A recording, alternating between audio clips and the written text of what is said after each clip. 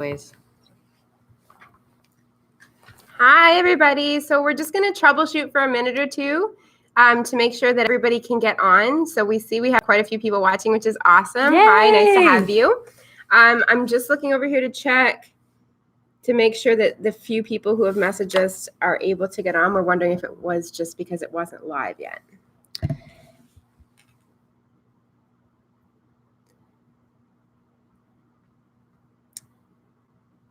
So if you're well, I guess we wouldn't know if people are still having trouble. So there was some, Deborah Plant, Mark Kennedy. I think maybe you guys were having trouble because it was saying it was restricted. So if you're able to get on, can you let us know that you are on? We have a couple of live audience members with us at the board. So they're going to follow the Google Plus community. So if you guys do have any questions or technical issues, though we're not super helpful with technical issues, but if you have any content related questions, we would love to answer them live. Oh, I see people. Okay. Hi. Frozen? We're frozen? Yeah, you're frozen. You're just... Oh, no. Oh, no. Hi, St. Benedict. Hi, St. Benedict. Are we still frozen, Melissa? It's just like... Why would that be? I don't know. And we're dropping people. And I don't see the people saying from St. Benedict or anything in the chat. Lisa Heard. Oh, yes. Hi, St. Philip. There. We're good now? Okay, sorry. okay. We were a bit frozen, I guess. Okay.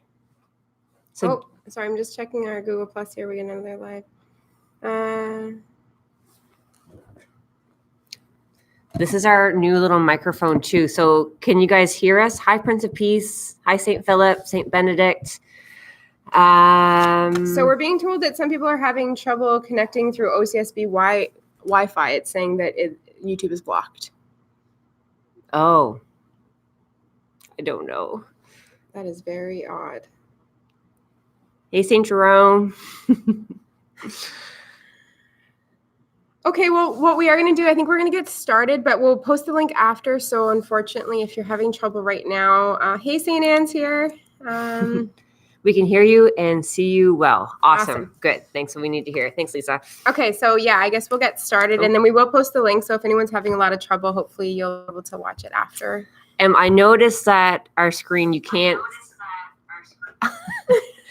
that you can't see us. You can't see the slide deck. So we did link the slide deck into the Google Plus community. So sorry about that. We always try to balance.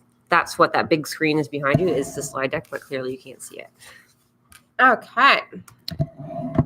So this morning we wanted to talk to you about, in ABA terms, it's called instructional control and pairing. But really it's all about, we're going to go over the 7 steps to developing a positive working relationship with your students, earning their respect, and in turn getting some work done. Yeah. Absolutely. So this is the part that we will start every single behavior plan with. I start with any child that I work with pairing. And then once we're done the pairing, we're never done the pairing process, but once we've kind of started the pairing process, that's where we can start to gain some instructional control and actually get them to respond to us. So I'm never going to jump in with a child and just expect them to respond immediately. What I'm going to do is lots and lots of pairing and then start to get some instructional control. That's right. And it's all about trust. So if I develop trust with you, I become a really fun person, then you're more likely to respect me. And then you're more likely to follow my instructions when I need to, give you a demand. Yeah. Hey, St. Michael Corkery and OLMC. All right. Okay. So here's a tough question. So if you're following along on the slide deck, we want to ask yourself, does your most challenging student like to learn from you? So think of your most challenging students that you're working with, or the students that you're having the hardest time communicating with. That's a good idea, Melissa. And do you think the student actually likes to learn from you? So A, of course, he loves it. He or she loves learning from me. No problem. B, yes, I think, but sometimes he tries to escape or leave. C, not really. They're behind the screen. Yeah, they're behind the screen. I am often fighting with him. Or D, no, he's always trying to get away from me and avoid learning. So thinking of your most challenging student, is your student A, B, C, or D? We're just playing with some lights to see if we can see here. So A, he loves to, sometimes is B, C, not really, and D is no, he's always running from you. So if you've got an A student who loves learning from you, what you likely have is the motivation to learn and rate of learning, their grades in the classroom, teacher praise, parental attention for being good in class or for getting those good grades is the reinforcer. So that's where we see a lot of that. It's intrinsic reinforcement. It's a lot of, I want to learn, I want to be better, I want all these things to happen. So therefore, my reinforcement comes when I do these things. Yeah. Or parental praise at home or teacher praise is functioning as a really high reinforcer. If you've got student B, C, or D, sorry, we're having some technical issues here, the motivation to escape your demand is likely way higher than the motivation to get the good grades, complete the work, get teacher praise. And when you have motivation to escape as a higher reinforcement than motivation to do these other things, we will typically go to the highest rate of reinforcement first. So that's what's happening is the motivation to escape is so high because the motivation from these other things is just a lot lower. And we see that, we see the student A, the student that's motivated, like intrinsically motivated. A lot of times those are our, maybe our students who are more typically developing.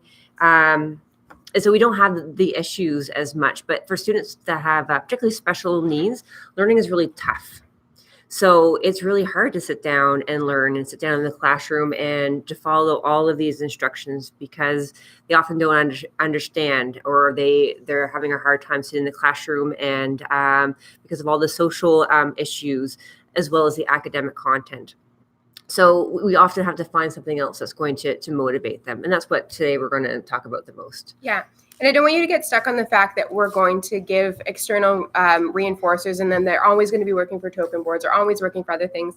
What we're going to teach is what pairing is. And that means that, hey, St. Cecilia, hey, MPB, is that you're not necessarily going to have to use these external reinforcers forever. What we're going to do is we're going to pair them with ourselves so we become the reinforcer. That's right. Hey, Brian.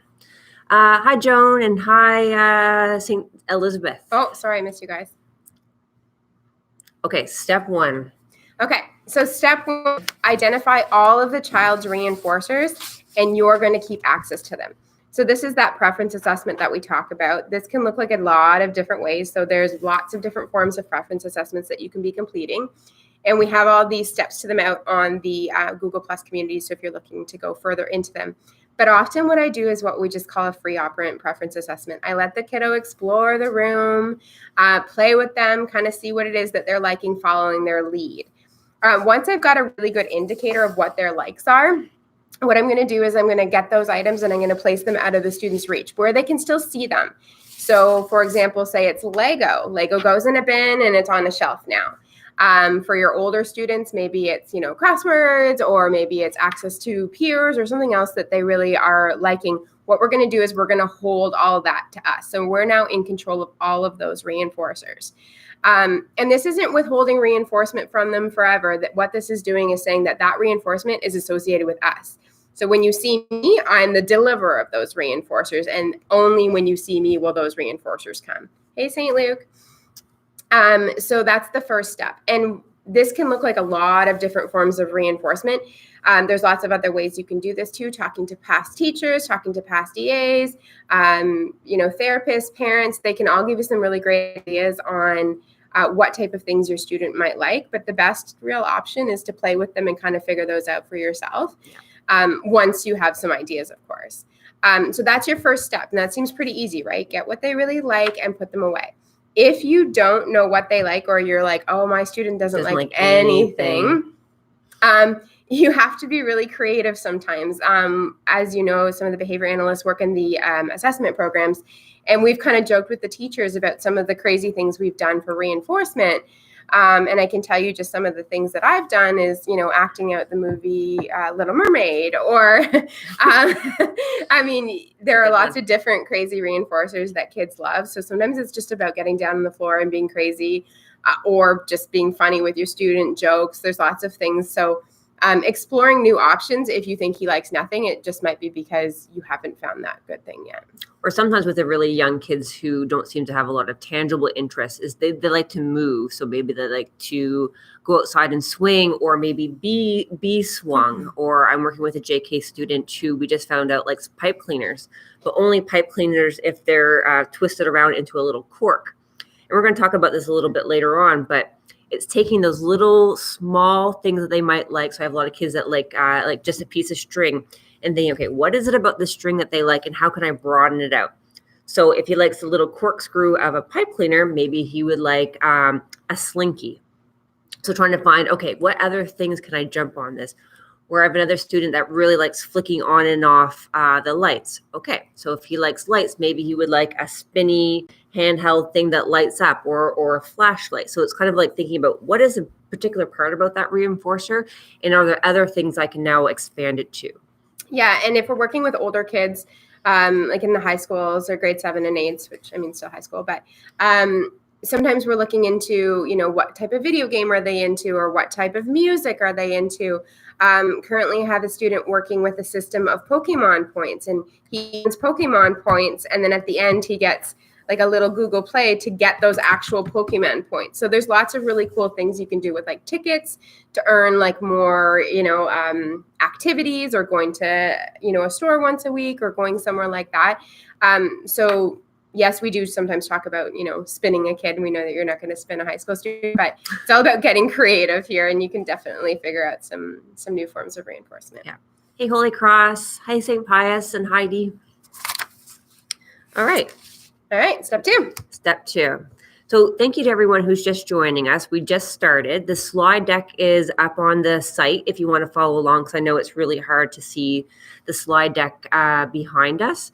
So the slide deck's on the ABA Google Plus community. You can log on and follow along. So we're just on step 2, and it's all about being fun. So sometimes this is really hard for people, but we're working with students. And even if we're working with a high school student, it's okay to be fun and silly and think about where is their developmental level, and you can be that fun person. So you want to show our students that you are a fun person. So each time that you're interacting with the kid, you want to try to make it as an enjoyable experience as possible. So if the student doesn't see you as someone that's enjoyable or fun, they're not going to want to learn from you, or then follow your instructions when you need them to. So Marilyn and I and our team often talk about the 4-to-1 ratio. So if we think about how often we go to a student, so think about how many interactions you have with your students during the day, and how many of them are positive interactions versus giving them a demand. So oftentimes we're giving a lot more demands than we're giving a positive statement, for example. So we try to say 4 times, go to your student and either give a positive statement or a comment, or you're going to give them a reinforcer or a token, or say, let's go play with this really cool slinky, or let's go play a board game now, to every one instruction or demand that you give. So that can be hard. Yeah. So oftentimes when I'm starting a new behavior plan with school teams, the first thing that I'm going to tell you to do is, we need to work on pairing first. We need to make sure that the student actually likes you and wants to work with you. So this is the first way that we can start doing that, is using the 4-to-1 ratio. So 4 positives to 1 instruction throughout your school day. And we know that pairing is the process of associating 2 things together, right? A pair. And so when the student sees you, what we want them to associate you with is all of those fun, amazing reinforcers that you hold access to. So that's why we're saying put them away, keep them out of sight, or not out of sight, but out of reach, unless you are there. So it's like only when you are there do all these amazing things come out. And so therefore, only when you are there are they going to have all this fun with these things. And so when they start to see you, their brains associate you with fun. So doing a couple things for you to get all that fun doesn't seem so bad eventually. And that's kind of how we're leading into that next direction. And money is a good example of this. We're not born innately wanting money. We learn that money has all this awesome value that we can cash money in for through the process of pairing. We see through our parents, oh, that money gets us the chocolate bar at the store or the new purse at the store. So it's the exact same thing. We need to teach our students through pairing that we come along with all of these awesome repertoire of good things. And that's why our presentation is called the giver of good things. We want to be known as the giver of good things. And when we're working with a student that's working with you, when I come in, I have like a Mary Poppins bag full of goodies, because I'm only in maybe every once a week or every, depending on the situation, twice a week or more. But I'm not in every day like I am that you guys are. So when I arrive, I don't want to be the only person who's jumping in and giving all these instructions. I kind of arrive with like, oh, look at all this that fell out of my bag. Like that fun person who arrives with like all these fun things, because I want that student to be paired with me so that when I show up, I'm not only the person giving instructions, but I'm also coming, like some students will be like, oh, she's there, what's in her bag? Like they're already excited for what I have.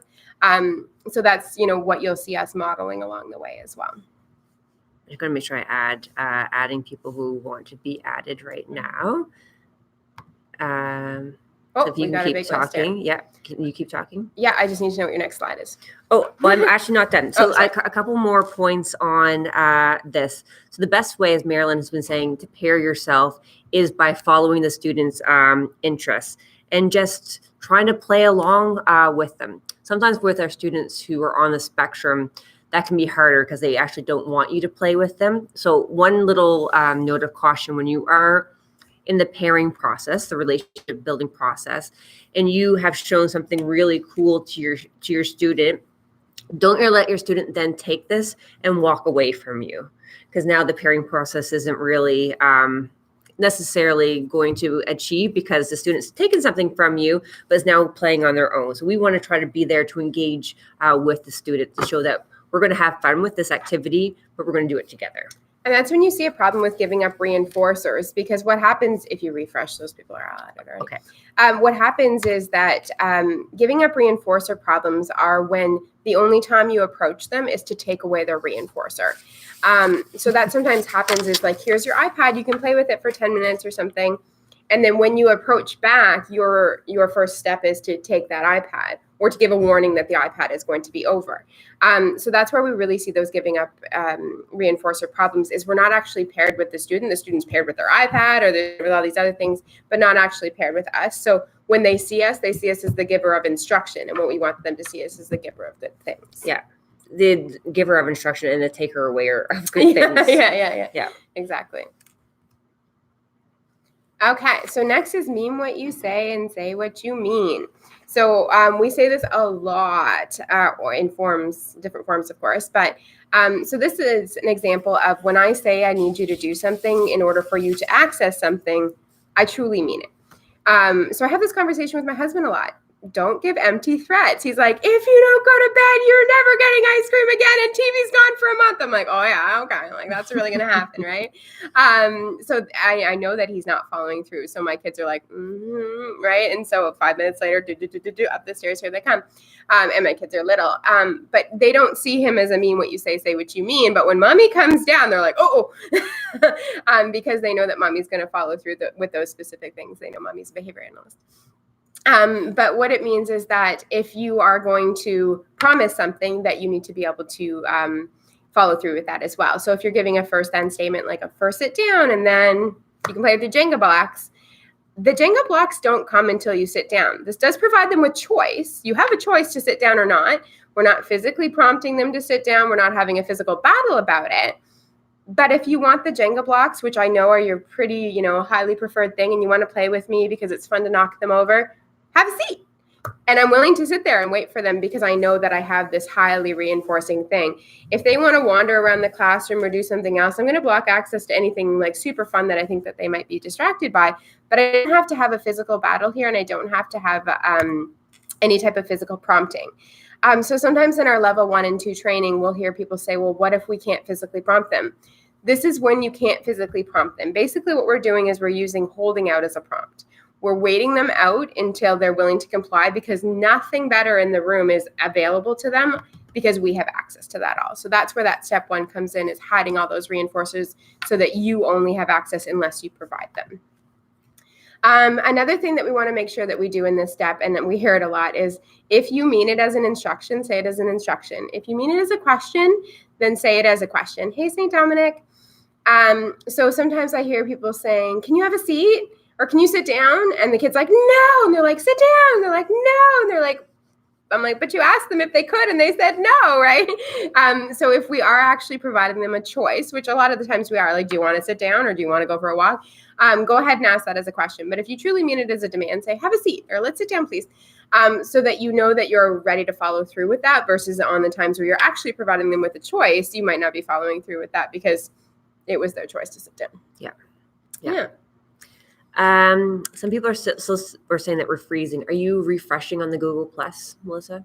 I haven't. It's just still going. Like it's Okay, everything seems to be okay. All right. Okay. So step 4, provide easy directions and reinforce. So this, again, all these steps are how we're pairing, how we're developing that relationship with our students. Hey, John 23rd.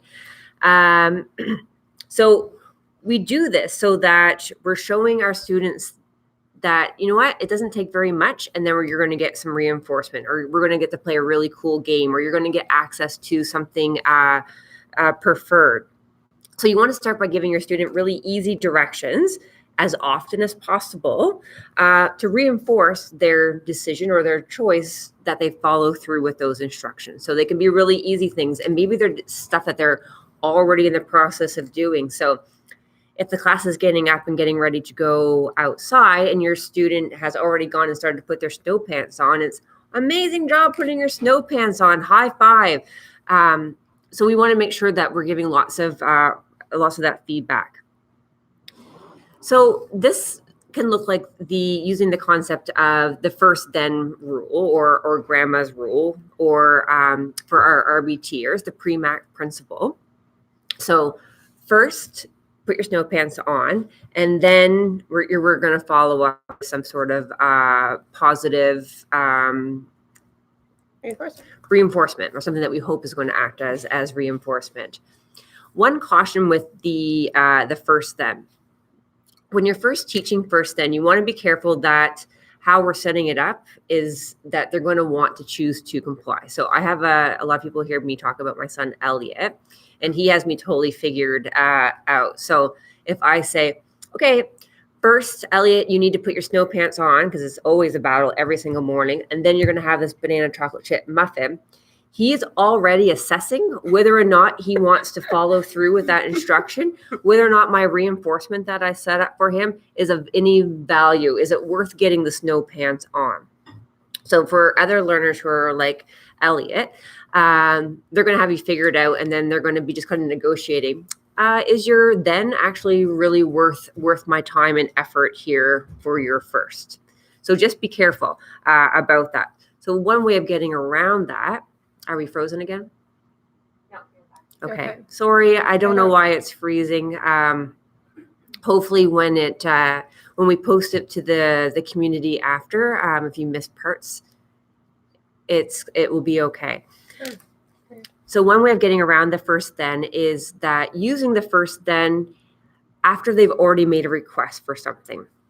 So if Melissa, who's here with me, requests to use my phone, I can say, yeah, sure, you can use my phone. But first, can you, pack up your backpack and put your chair in?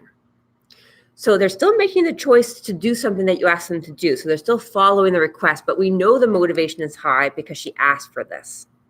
Does that make sense? Yeah, it does. And the way Becky presented it too is really natural. So often kids kind of hear that first language and they think like, oh, here comes the demand, right? So they're like, you're like, first do this, then do this. They're like, no, like the second you said first, they're already like, I'm out, I'm gone, see you later. Because that's been so negatively paired with there's going to be demand. Yeah. I try to always put it in more of a natural spin is I am using a first then, but I'm not specifically saying that. So like Becky said, the kiddo's like, oh, I want. I'm like, yeah, come here. And they come over. I'm like, here you go. Right. So I'm already saying, yes, it's 100% available to you. Yeah, absolutely. Come here. I'm holding their hand and bringing them right over to me. And then I'm handing them the item. Or, older kids, when I'm working with them, they'll be like, oh, let's do this. I'm like, cool. Can you pass me that? They're like, yeah, sure. I'm like, okay, great. And it's just a small demand that I was able to fill in. And then when we're maybe playing a game, I'm like, oh, yeah. Oh, I can't reach that dice. Give it to me. Awesome. Okay, it's my turn, So we're really naturally building in those demands rather than first do this, then do this. If they're in context of what you're doing in your pairing, they don't seem like a demand, and then you can reinforce them, and then they're kind of like, well, I've been listening to you the whole time, and I didn't even really realize. And that's a lot easier than first do this, then do this. A lot of kids are just so negatively paired with that when they hear that statement kind of thing. Yeah. Consider, wait staff at a restaurant. If we set up when we sit down at our table and say, you know what, we're going to pay you 12% tip on this. We're like, this isn't probably worth my best service at your table. So keep that in mind when you're working with your students. When you place that, then is it going to be really worth their time? And how can you find natural opportunities throughout the day to give a demand after they already asked for something that's preferred instead? Yeah. And I mean, these can be the most natural types of reinforcers too, especially when you're working with your little kiddos. Yesterday I was putting on some snow pants and he was not really having it at the beginning. And so I just kind of put one of his feet in on my own, and then I shook him up and I shook up his pants, and he was like, and then I put the snow pant out for him to put his other leg in, and he gladly did that because he was like, oh, you're going to shake him and giggle. And then I kind of had him do the jump into them, and then that was funny. So even every little step was reinforced, even though he wasn't really seeing it as complying. He actually was. So the first one was almost physically prompted with some reinforcement. And then he was more willing to participate the rest of the way because he was like, well, you're doing this super fun. So it's a lot about the way we present our demands too, rather than sit down. It's like, oh, hey, have a seat. So it's the way we're presenting them isn't always seen as so it's a demand. It's more of it's a casual statement, but I actually am going to follow through with it, So you're suggesting I should do that with Elliot instead of half yelling at him to get his snow pants on in the morning. No, we've all been there. Okay, step 5. Okay, I'm sorry. When you're ready, just, adding a couple more people here to make sure that everyone can get on if they want to. Okay, step 5. So begin by reinforcing each and every individual response. So one of the biggest kind of feedback I hear for this is he can do a lot more. And I'm like, oh yeah? How's that going for you, right? Because if he can do a lot more, why isn't he, right? So there's definitely days, I'm sure, where your student can, comply to 8 demands and then access reinforcement. But what we're doing is we're planning for his worst day to start and then working up to his best day, not planning for his best day and failing 7 out of 8, right? So if typically you could get 2 or 3 demands in, what we're going to do is we're going to take data on that. So I'm going to say, oh, it looks like about every 2 demands you have some pushback. So we're going to start by reinforcing every single demand, and then we're going to slowly expand that to maybe I can fit in 2. Maybe I can fit in 3 eventually. But we want to do that in a progression using data to show that we are being effective. I would rather you reinforce every single demand right now and then slowly build it up than have to follow through each and every time and kind of get into these constant battles of he's not listening to me. It's easier to reinforce every demand and slowly fade that out. So yeah, the biggest pushback here is he can do a lot more. And sometimes you're right, he can, but what's happening is he's not always. And so we're always planning for when he's not currently doing that right now. The other thing to remember here is it's a behavioral issue sometimes and not necessarily a can't do, but sometimes it's a won't do. So we hear explain that. Yeah. Yep. He can do all of this work. Okay. In one specific situation under a certain set of, stimuli, what we call it, he could do that math sheet. But on a regular situation, when presented with that math sheet, it goes on the floor, it gets ripped up, it gets thrown across the room.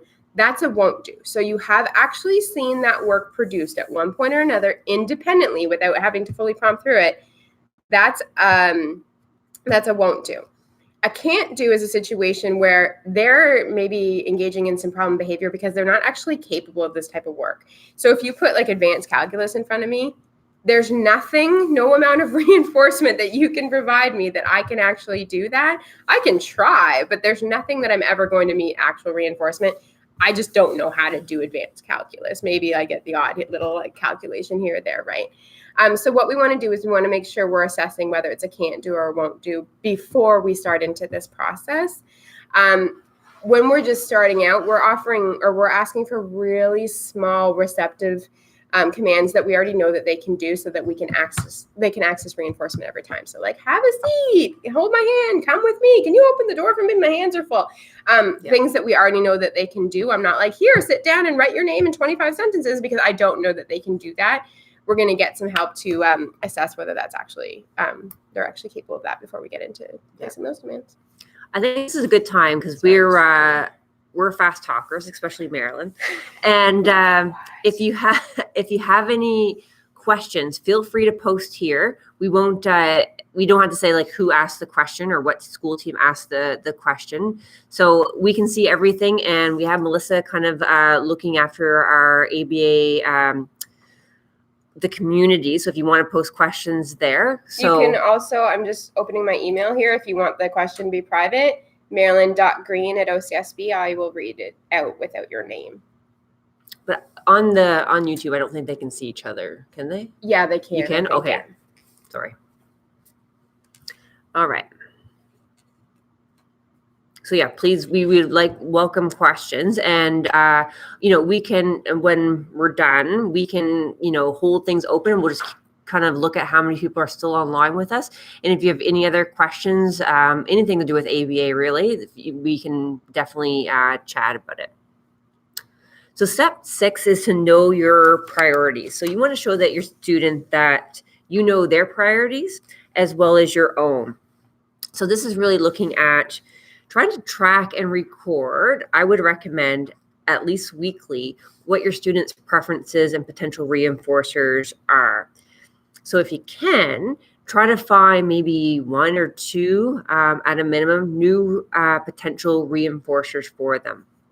I know that sounds crazy, but I know that we've all been in the situation where we've used our top reinforcers because we finally found something, and we use it and we use it to death. And then the students become satiated or completely bored of it. And now it's no longer working to motivate your student to follow through with the demand or the instruction or the work we want to get them to do. So we constantly have to find new things. So this goes back to what we were talking about at the beginning, is how do we broaden out the student's potential reinforcers? So like I said, if the child likes to spin around your classroom or pace, maybe they like to, spin around on a really fun computer chair. Or maybe they like to spin in the swing outside, or the swing that you have in your sensory room. If you have a student that likes opening and shutting doors, I have a student that likes opening and shutting doors. Maybe there's a toy or a dollhouse where they can still do that gets at that same action. But again, we've kind of broadened it out, and it's a lot less disrupting. If you have a student that likes sound or music, are there other kind of toys or I'm thinking of cause and effect. Yeah, cause and effect toys or other kind of media. Yes, there's a question. Okay, go ahead. So we have a student whose reinforcement is books. Okay. There are books everywhere. Do we narrow his choices as? How do we narrow? Oh, sorry. How do we narrow? I need glasses. His choices as keeping books out of reach is not an option in school. Yeah, good question, fair. Debbie. Is it any book that's a reinforcer, or are there specific books that are more reinforcing than others? Yeah, that's what I'd be trying to get at. Mm-hmm. If there's the top favorite books, or if they like the specific books about dinosaurs or trains, can we kind of control those and only use them when we need to? Yeah, so that's exactly it. So I would look at having a bin of Johnny's books that those are his favorite books, whether they're ones with music or whether they're ones like you said about dinosaurs, and those kind of go on a bin. And then the other books might not be as reinforcing to him. If it's all books in general. Is that what she said? All books, any books. Oh, sorry, I didn't see your response. Well, that's going to be tough. Is there anything else that he's reinforced by? That's the first thing I would look at, is looking at potential competing reinforcers, we call them. So something that's more reinforcing than books, which it might be difficult for you. But in any case, maybe you can have a chat with the classroom teacher, or maybe you are of course, these aren't teachers here. But at maybe putting the books at least up on shelves that, he couldn't access them all the time. So at Holy Cross, they really like the idea of differentiating between being the giver and having things available in the classroom. Yeah, very cool shift in practice. I totally agree because, we don't always want to, and like Marilyn said at the very beginning, we don't want to be restricting everything that's a preferred item for these kids. But this is how we do it to gain instructional control, which is such a cool ABA term, but really just showing that we're super fun and awesome. We don't, go ahead. Okay, sorry, 2 questions here. We also don't restrict everything that they can't ever have it. They can have it whenever they want. They just have to kind of indicate that they want it. So I'm specifically thinking about like our assessment classrooms. They look a little bit cold and quiet in those rooms, other than like they're amazingly decorated and amazing teams in those classes. But we have everything kind of in cupboards. So kiddos will go over to a clear bin and we're like, sure, it's down, you can have it. Yeah. So it's, kind of free access to things during their playtime, but like I have to be the one to at least take it off and hand it to them. So that I'm constantly giving. But you're right, there are definitely opportunities where we'll put out a few toys and they can kind of pick what they want. Especially in our kinder classrooms. Exactly. So stuffies. So that's good. If you can maybe find a stuffy that is competing with those books that, it's a really high stuffy. Stuffies. Or a book about stuffies, if that's even a thing. But yeah, so if you have some competing reinforcers. Oh, some books have stuffies that go with them. We're being told. See, amazing ideas here. Like, like the stuffy Winnie the Pooh that goes with the book or whatever. Or, my daughter has one of those stuffies, that comes out of the middle of the book, like a puppet book. Yeah. I don't know how old your student is. But kind of looking at some other options. And if you can find some books about stuffies or some stuffies that go with the books, that those are like your real high reinforcers, those are the ones that you can kind of keep up. And yes, absolutely. Like, you can't limit access to every book. That's not possible. Yeah. But you can maybe talk to the teacher about, putting them up a little bit higher sometimes, or at least keeping them in bins so that you could maybe block access to them a little bit sooner, so that they're not just kind of like freely everywhere. But I also don't know, maybe you're in a kindergarten class and that would be a little bit tough too. So. And then I'm just thinking of other programming, depending if your student can talk, maybe we're teaching them how to request a certain books and then providing, natural reinforcement for that. Yeah. And, maybe there's some things that like go with the book. Like, is you reading it very fun? Is like the way you read it? Like, there's this, Robert Munch book that I swear I've become, I should have a YouTube video for it. My daughters love how I read it. And really, I think I saw it on another YouTube video being read like that. So they like the book and they kind of look at it, but it's not really until I start reading it. And Robert Munch has tapes as well. Yes. So like, is it about how the book's read, watching the book on like YouTube, like or the physical having like, like, the Pete the Cat, like the way he sings it on YouTube is like really exciting. So like, kind of expanding, what does that book mean? Is it about reading it? Is it about watching it? Is it about listening to stories or songs about it? Just kind of building on that. I'm just reading a question here. Hi, Heather, by the way, Heather God.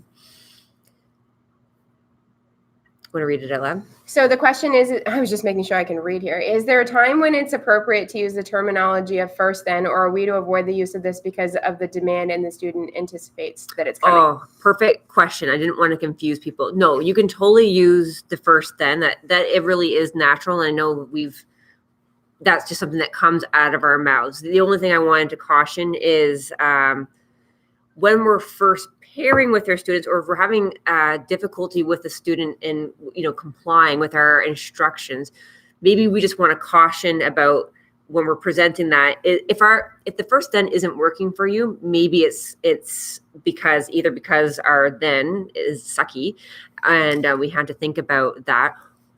And another way to teach that would be when they're requesting something preferred, slide in your first. Am I explaining that? Yeah, no, exactly. So Becky's saying, like, if they were like, oh, give me your watch. And she was like, yeah, sure. First, can you come over here? So there's that first is still there. If you're using a visual for first, then that's already paired. So they already know, like, first I have to do this and then I have to do this. Remember that this for the then is always something reinforcing. It's never first math, then English. It's always first math, then your best favorite thing in the world.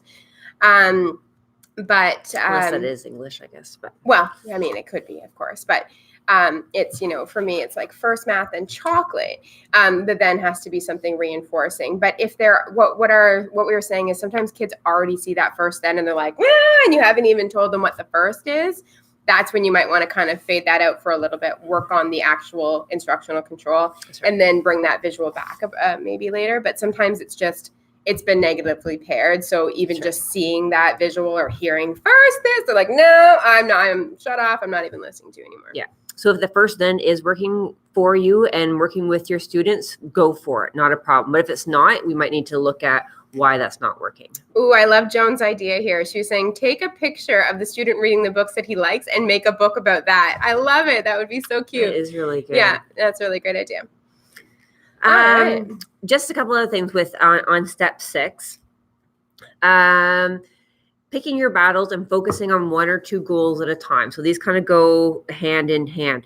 So you basically prioritize your goals. So what's in the student's IEP? What are you actually trying to work on? So when we think about our skills that we're trying to teach a kid, I really want people to pick the battles. So if Patricia, who's here with us today, if Patricia is working on manding, so making like 1-word requests. So she's requested my phone. Sorry, this is the only thing I have with me. I keep using this as an example. So if she says phone, I'm going to pick my battle here. Like she didn't say, can I have your phone, please? So I'm going to say, yeah, here's the phone. So I didn't make her say please, for example. And I know a lot of people want our students to be polite, which can be certainly a goal. Always remember it's better to say phone than slap you in the face for it. Right. So with our students, especially if they're exhibiting challenging behavior or aggression of any sort, we just really want to know, what are we actually working on here? What's our priority? What's in the student's IEP? And do you really need to go there today? Yeah. And so I see this a lot with something like teaching PECs. So we have a lot of kids in the assessment classes who are on PEC systems. For those of you not familiar, Picture Exchange Communication System. So the kiddos will come over to the table and they'll do a quick exchange and then they'll take their item and they'll walk away and they were kind of playing with it or whatever. And they were trying to get them to come back to the table. And I said, what's your goal? Is your goal teach the exchange right now? Or is your goal he sits? And they were like, exchange. And I said, then let him wander a bit. Maybe that's part of the reinforcer. Like, I mean, he wasn't leaving like the room. He just kind of didn't want to sit with the toy. He wanted to kind of play with it. And it was a spinny thing and he wanted to walk around and spin it. So picking our battles means if we actually ask him to sit down with that toy, maybe it's not actually as reinforcing and I don't really want to do the exchange anymore. So picking your battles. Sometimes a kid will say to me like, I don't want you here. And I'm like, okay. Yeah. And, I back up a bit and I'm out of the room, or, as an observer. If I was actually working with him, I wouldn't be able to leave the room. But it's better him say that. And, yes, we can work on the tone. Yes, we can work on maybe the language that he used. Yeah. But he didn't hit, he didn't scream, he didn't fight, he didn't do anything that was like really those negative behaviors that we're trying to reduce. I'm like, okay. And so I'll back up a little bit from him and kind of show him that I respect you as well as you respect me. So it's about picking our battles of like, if we were currently exhibiting all this problem behavior for having people out of the area and he said, I don't want you here, that's okay with me right now, so. This is actually really important because oftentimes our students do communicate with us before they resort to physical aggression. It's our denial of following through with what they wanted that causes the physical aggression. So if the student's telling Marilyn, go away, and even if it said rudely, maybe it is okay to go away and back up and give the student space, because we know if we kept pushing, there's going to be physical aggression. But really, our student indicated to us that, in that student's way, that they want you to leave and that, they're upset for whatever reason. And the first thing I'm thinking of is, how do I need to repair with that student right now? So I need to pair again. There's something gone wrong that, the pairing process didn't last for the whole session. There's something happened. So what can I do to pair? So once he's calm, I'll come back over and then try to, present some more fun things that he likes, try to get back into that, swing of things. Yeah. The thing with pairing is it's not just a one-time thing. Yes. You pair all day, every day, multiple times a day, multiple times a block. It's not just we pair once and then we're paired for life kind of thing. We have to continue pairing. And if you think about things like friendships, you wouldn't just, I'm like blinded by this one light there. You wouldn't just meet someone, be really nice to them once, and then every time you see them then on, ask them to do a bunch of stuff for you, because that friend would like slowly be out of your friend and blocked on Facebook, right? Yep, Because you're like, that's I true. don't need that person in my life. Yeah. The reason friendship exists is because, you ask your friends to do things for you. They ask you to do a few things for them, but there should be some like reciprocation of, Yep. you do some things for me, I do some things for you, and that's how our friendship lasts, and we continue to be paired. And that, doing things for each other might even just be like calling each other on the phone or texting or whatever it is and listening to their problems. I know it's like right there. It's That's like, okay. We're fine. We're almost done, Thank but it's you. all good. So yeah, not just once, continue to pair lots of times a day, and realize sometimes when you're like, maybe we've been doing a little bit too much, and it's okay to like stop and pair again for a minute. Yeah, and knowing that it's okay to take a break. I know a lot of people feel pressure in their schools to make sure that you're moving forward with the curriculum. But if you have a student who's not willing to follow your instruction, I would encourage you to talk with your school team about making this a priority, to have that relationship, and maybe spending time each block, or even spending a day, just having fun and figuring out what that student likes, especially after an incident. Don't go thinking the next day. Oftentimes we talk about, if there was an incident the first day, kind of letting that go and starting the new day off fresh. But maybe you need to work on pairing that morning instead of thinking that you can go in and start with new demands. And you're more likely to get a whole lot more done versus a whole day of kind of battle. Yeah. So I see a question here. If the reinforcement is a game or video on the iPad, do you put a short time limit on the reinforcement? So it really depends on the student. I mean, of course, we're not leaving them in reinforcement all day long. We don't want them on tech all day long. Unless that's part of the student's program for some reason. Oh, yes. If you're on obviously. Yeah. Okay. But if you're just using it as reinforcement, I always look at how can I possibly get involved. I have a high school student right now that like literally has taught me to play Pokemon. I had no idea what that was like 2 months ago. And now I'm like, man, I want my Charmander or whatever it is. Like, I'm like looking at it in the evening now. I'm like really getting excited about it. But there's different ways that you can try to get involved with it. Like if it's, a reading program that they're doing, or if they're watching a video, can you watch with them? Can you kind of, sing along to a song with them? Like, I don't know what they're doing specifically on that game, but there's so many things that you can do interactively on those. So if there is some way that you can somehow get involved, and even that just means like sitting together, watching it together versus like him off on his own. The amount of time is difficult to like say what it is. So it depends on the demand. So how much did he have to do? We want to look at disc, right? Was he deprived of it? Was it immediate? What was the size? And what was the contingency? You might need to do that slower. Yeah, I just didn't want to get too far into it. We have you can look up disc on our Google Plus community, but what was the size is the main thing there. So what was the demand versus how long can he be on it? So if you asked him to sit, well then, like a 10-minute reinforcement with that iPad may not be appropriate, but if you did a full worksheet, then maybe it is depending on your student. Yeah. One thing to take into consideration though is what they're doing on the iPad. So if they're watching a YouTube video and it's a 3.5-minute video on, I don't know, my kids watch. Cooking? Yeah, my kids watch like those opening things. Oh God. Oh yeah. Anyways, like opening LOL dolls. I know, and like Hatchimals. I'm just like, what have I done? Anyways, so if it's a 3.5-minute video, 2 minutes might not be reinforcing because the completion of the video is actually the reinforcer. So look at what they're doing as well as to how long you're providing it. Yeah. But it is really individualized to the student, but I would try to get involved playing with them somehow or another. Yes. Yeah. What happens when we have exhausted all reinforcement and the only one left that works is technology, and the student is improperly using as soon as an EA looks away to help other assigned student? Okay. So basically they're using the iPad or technology inappropriately. So there's a couple different things to look at. One is like guided access, blocking different sites, blocking different access to things. If it's, maybe a specific site they're going on that they shouldn't be, inappropriately can mean a couple things. So I'm not really sure, but, and exhausted all other forms of reinforcement. Like it would be hard to say, like everyone has more than one reinforcer in life kind of thing. So you might have to look at what it is on the iPad that he's doing and how you might be able to access that in different ways. So we had a kiddo one time that was inappropriately kind of watching some music videos that were getting a little bit sexual in nature, but not really on purpose, just kind of like the YouTube train Like of just getting down out of navigating, like, yeah. wormholes. So what I ended up doing was getting a whole bunch and putting them on a DVD that were appropriate, and he would watch it on a computer that was, on a DVD, so that he really liked those music videos, but wouldn't get into the wormhole and then get in trouble and get the iPad taken away, which later, like I said, I don't really think it was on purpose. I think he was just kind of clicking along the side, and then he was like, oh, what am I watching here?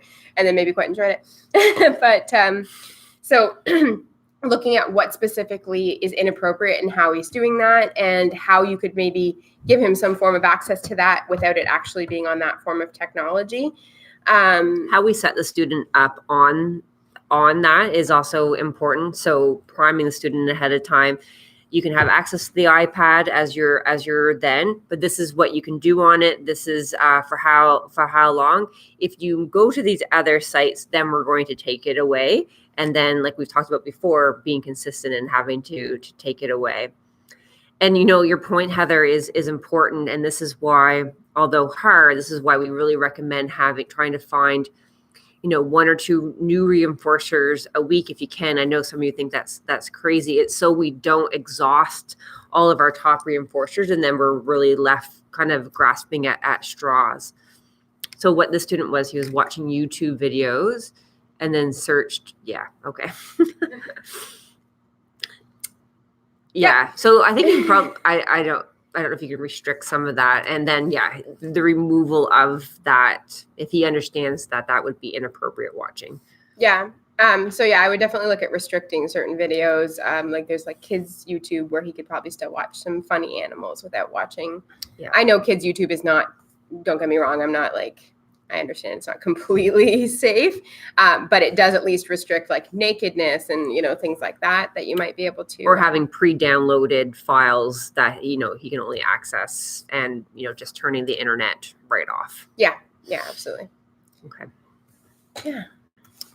Step 7. The last step. Okay. So this is the kind of the follow-through step without having to have a battle. So this is I've presented a demand. Until you follow through, the demand is not available, or the reinforcement is not available to you.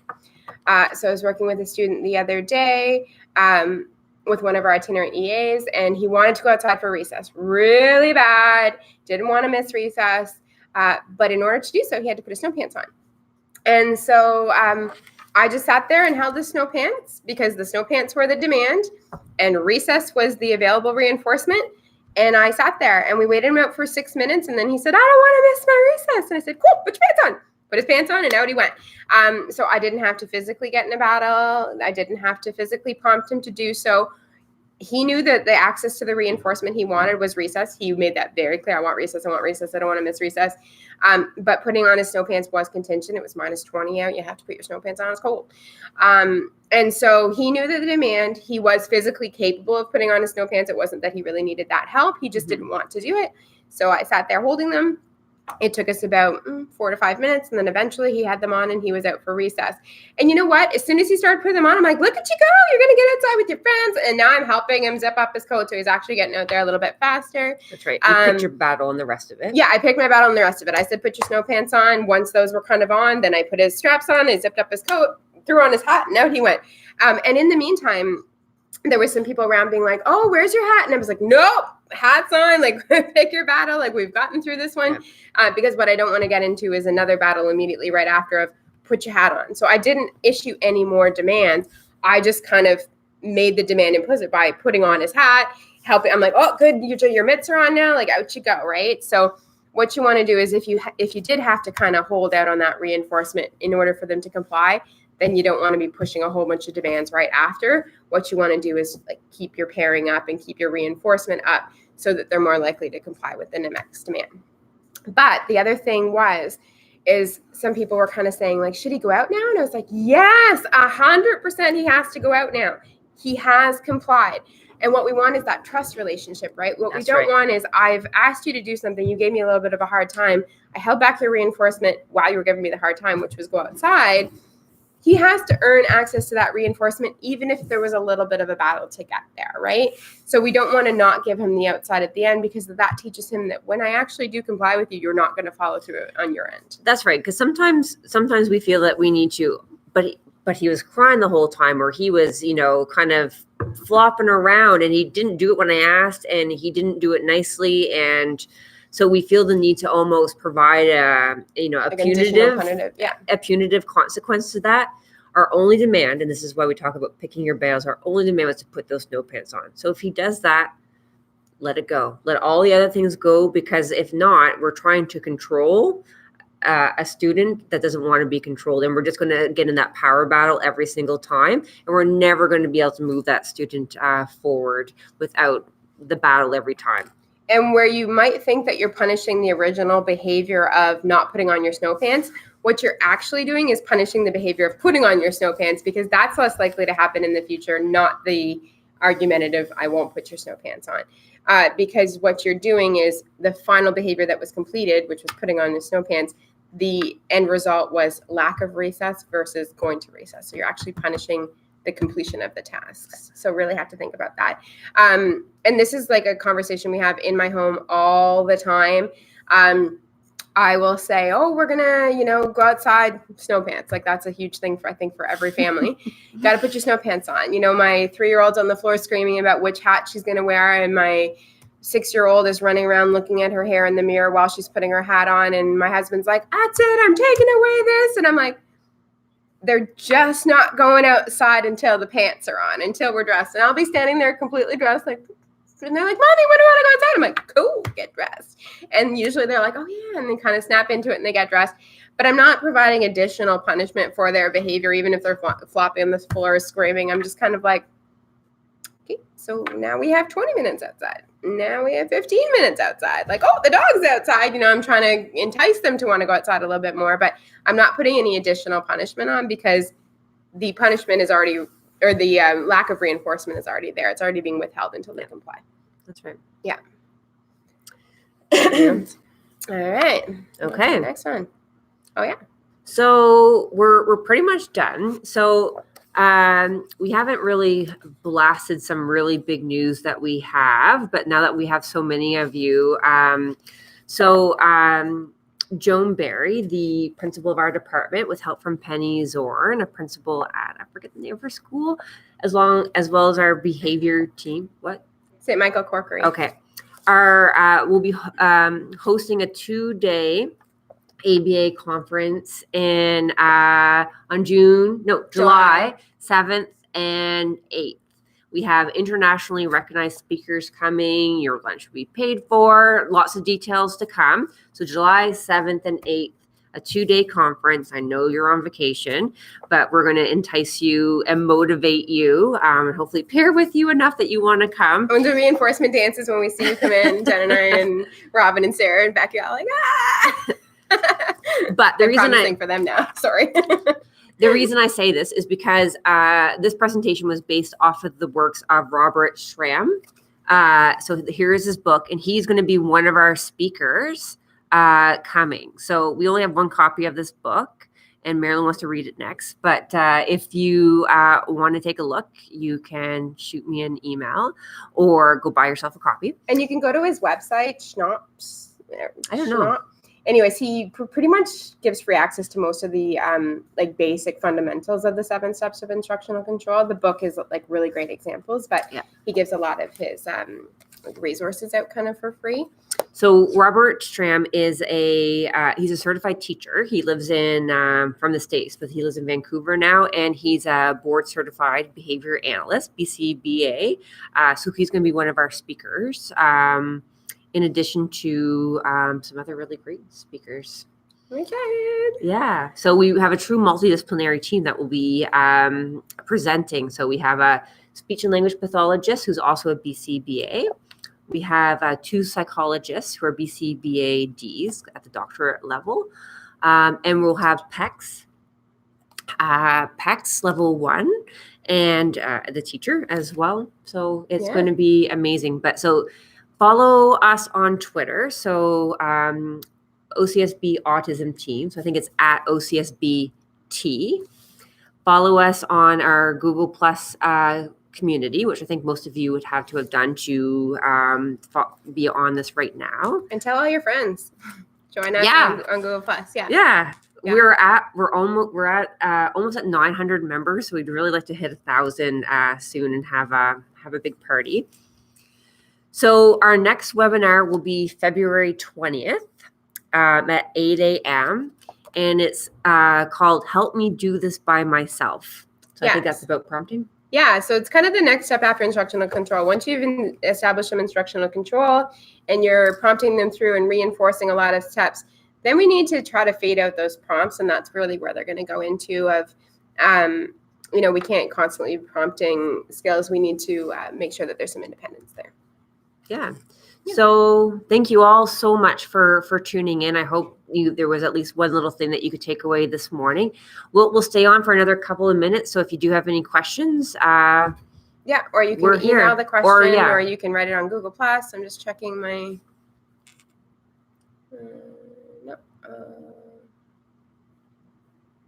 I'm just checking to make sure.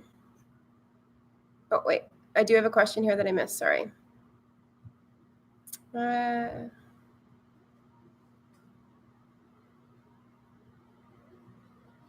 a good question. Okay, so how to reinforce one individual when you're working with multiple individuals who haven't earned their reinforcement yet? I'm assuming is that how you read that question? Yeah, when you're working with several students at the same time, it's hard to reinforce individuals. Yeah. And others might want the same reinforcer, but they are not ready or should not be reinforced. Yeah, that is difficult, and it's difficult when you're working with multiple students at a time. So the one thing I would look at is what type. So could you get another student involved in that reinforcement? Like sometimes they want to go for a little walk. Can a student bring them on that walk? Depending on the level of the learner and the independence of the learner. Can the teacher take over with those two students while you provide the student with some reinforcement? Is it something they can do independently at the back of the back of the class? Yeah. If it's something that goes on quite frequently, is there a group reinforcement, like a group contingency that you could be put in place where they're earning reinforcement as a group? Yeah, so if you're working with 3 students, for example, maybe they're all at different levels, academically or behaviorally, but what you could do is, your plan is to kind of get them 5 tokens each, or 5, something each, so that they can all get their reinforcement. Maybe this student gets 1 for sitting down, this one gets something for writing their name. They could all have different goals for the level that they're accessing reinforcement, but all kind of at the same time. So, hey, buddy, give me a high five. Oh, you got 1. Cool. Write your name. Okay, write 1 + 1. He gets a little bit of reinforcement from you, like a little tickle or something, and he keeps going on. So you can kind of intermittently put some reinforcement in for the ones who are earning it a little bit more frequently, or like Becky said, like having one kind of individually earn reinforcement. That's something that they can be doing independently. Yeah. So is there a cost for the conference? No, not for EAs, teachers, and ECs. No, zero cost, and your lunch would be provided on both days. We'll have it set up so that you can sign up for 1 or 2 days. So the one, it's a. Do you have to be a permanent employee? I don't know. That's a good question. So I will talk to my team about that. So right now we are only offering it to educators and any educator and support staff, administration within the OCSB. So we won't be offering it publicly, like to parents, for example, out who aren't employed by the board. And we'll have to check on permanent and contract employees. And that's a really good question. I think Joan's still watching, so we'll figure that out together. So zero cost. It will be a nice short day. It will be 9 to 2:30, except for those who are doing PECs. They have their own protocol, so that will be a longer day. So it will be 9 till 4 o'clock. Yeah, good questions. Is that the same question? No. So we're just looking at another question. Sorry, I missed this one. It was half hour ago. Like building the. If there are multiple students who need constant attention, yet there's only one EA, like building their relationship and playing games and stuff, how can you do that while making sure that all the other students are following along and being safe, of course? So very similar question, I guess, is what happens when you're working with multiple students, but you feel that they kind of need individualized attention? So part of it is that you can actually, if a student needs lots of attention, you can provide attention as a reinforcer. And so, maybe it's he sits closer to you and you can give him some attention like that. While you're working with these two, he gets a little bit more attention. You're working with these two. And it might be about looking at kind of schedules of work and reinforcement. Could these two be doing some bin work while you give him some one-on-one attention, and then set him up with a small thing while you give these guys some attention and some reinforcement? It's tricky, and I watch you guys, and it's hard. If we're around and you see one of us in the school, one of the behavior consultants or one of the behavior analysts, flag us down, and we're happy to kind of help you look at that little situation without like going into like a full behavior plan. If you're just like, I'm just trying to figure out how to, do this, we're happy to kind of help you look at that one situation. Or if you want to email me some details without any personal details, I might be kind of able to help you set that up a little bit better, because it's a loaded question because it's really complex and individualized to the student. But it will be about kind of setting up at least one or two students, depending on how many you're working with individually, to do something while you give one some attention, and to do something over here while you give this one attention. So it's going to be a little bit tricky. And keep in mind that building instructional control or pairing and building that relationship with your student is when you're actively working on that goal. It's different than your actual reinforcement time that your student has earned because they have done their work. So maybe think about them as being two separate things. We really want you to make sure that you have that paired relationship before you even place any demands, making sure you have instructional control. Once you have that, then you're probably using some sort of reinforcement system as part of your to reinforce their academic progress or following through on the demand. So your intensity level of the in terms of the frequency of reinforcement might be very, very different. Yeah. It doesn't have to be a huge party every time either, depending on what the follow through of the demand was. Yeah. So the conference will be held, sorry, I'm just answering some other questions. The conference will be held at the Centurion Center. And Joan's thinking that, our preference would be given to permanent employees. So we'll probably have a cutoff time for our permanent employees to register. If we have spots open after that date, then we would open up to contract people, for example. A student is outside and won't come back in because he feels he hasn't had long enough recess. What do we do? Okay, so first of all, Deborah, I know you know this because we know each other. You have to look at the function of the behavior. So what is his function for not coming inside? Is it actually tangible to play outside longer? Is it escape from going inside, or is it an attention thing? So first, take a little bit of ABC data and try to determine what that is. You can always send me the ABC data if you want to go through it together. Don't send me any identifying information about the student. But once we determine the function, there's going to be kind of 3 different ways to handle that. If it's escape, I always recommend something along the lines of playing with that student during recess. A couple minutes before recess, I hold their hand and we start to walk towards the door, and the bell goes in and we're inside. And we have something really amazing and fun waiting for them inside. If it's an attention thing, then again, kind of same thing, providing them with lots of attention inside, and then providing them with attention for that behavior of going inside, and then lots of attention for compliance once they're in. If it truly is a tangible thing, then building into their schedule when they get to access more outside time. Maybe certain days you guys go outside for recess, or not out for gym. Sometimes that's part of outdoor time as well. Having a competing reinforcer for coming inside. Did Yes. you just say that? Yes, I did. So you might want to find something that's super, super duper amazing, and that's like sitting right at the door waiting for him when he comes inside, and he can carry that right to class with him. And then making sure that when he arrives, if it's an escape thing, making sure that when he arrives inside, that the first thing he's not doing is demand. The first thing is something fun. So that, the process of coming inside is paired with, something really fun, and instead of right to a demand. But again, it really is going to determine the intervention based on the function. So if it's an attention thing, if it's actually about the recess, or if it's an escape function. Yeah. I'm just checking here. Any other questions before we go? You guys are telling your friends we're getting requests to join. Maybe we'll hit that 1,000 mark. Today, maybe. Who knows? Tell us what you want us to do if we hit the 1,000 mark, guys. It'll be fun. Do you guys have any questions? My live audience? No. No. Okay. All right. Well, we are available that you can post afterwards here if you have any more questions, or you can always email me, marilyn.green. If you have more questions, I'm happy to answer them. You can always send us questions. Just remember, don't send us any identifying information. So again, a student, grade 2 is enough information kind of thing. Yeah. Yeah. Okay. All right. Thanks, everybody. Bye. Bye.